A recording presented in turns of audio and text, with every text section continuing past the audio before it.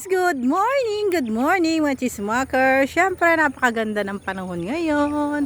Ayan ang panahon ngayon guys. So, hindi siya masyadong mainit. Siyempre maaga pa lang. Ang daming mga talahib diri. Ayan, talahib diri. Ayan, talahib. Ayan. Ayan ang itsura ng talahib. So, maririnig mo lang yung mga huni ng mga ganyan. So, mananahimik muna tayo para marinig yung mga huni.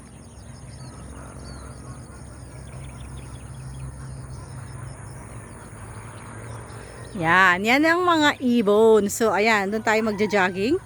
So, tara, samahan nyo kami mag-jogging today. So, magja-jogging yung dalawang yun. Pinapakita ko lang sa inyo kung gaano kaganda ang nature. Baka next time daw ay gagawin na itong kalsada. Alam mo naman ang gobyerno. Ayan, ang ganda. Mga flowers diri. Lawak. Pag ganito yung bubungaran mo pag araw-araw, parang napakasarap talaga. Napakasimple lang ng life, di ba? Ayan, may sunog yata doon ah. Ay, wala. Ganda oh. So, let's see kung saan kami makakarating. So, samahan nyo kami sa aming adventure for today's Malaguchi Smakers TV, Aka Florence A Vlog Kitchen, Florence Kitchen, Borbolens, and Mr. Bird's Vlog. Please follow us and more fun at saka mga prank, whatever makikita nyo sa aming mga vlog. So, ito yung aming adventure for the year 2024. Umihirit pa po kami sa huling araw ng 2024 kasi mamayang 12 o'clock ay 2025 na. I-welcome natin ito na napakasaya, happy lang, peace of mind, yung magkaroon ka lang ng ganitong mga nakikitang tanawin, relaxing mode, yung magre-relax ka lang, yan, yung ganyan, yung mga paalis muna tayo sa magulong mundo ng Metro Manila. So maraming busina, maraming mga wangwang, maraming mga kung ano-ano. So dito sa probinsya is napaka-relaxing lang. Gigising ka lang ang umaga na napakaganda.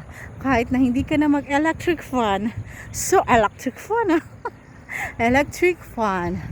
So napakasaya. Amazing yung nature. Sana wag naman sirain ng gobyerno yung mga nature natin, gawing mga kung ano mga ano. Kasi eto lang po yung nakapagpahinga sa atin. Yung unwind, the feeling kasi kung lahat kakalbuhin na gagawin ng mga building, paano na yung nature? Kasi napakasarap kung sa nature ka magigising, guys. Hindi sa malalaking mga gusali, guys. Ayan o. What a beautiful creating of God. Ayan o. Napakaganda ng creation ni Lord, ni God. Huwag nating sirain. Please lang. Pwede tayong umunlad, pero huwag naman. Kasi meron na naman pong nakaamba na project, whatever.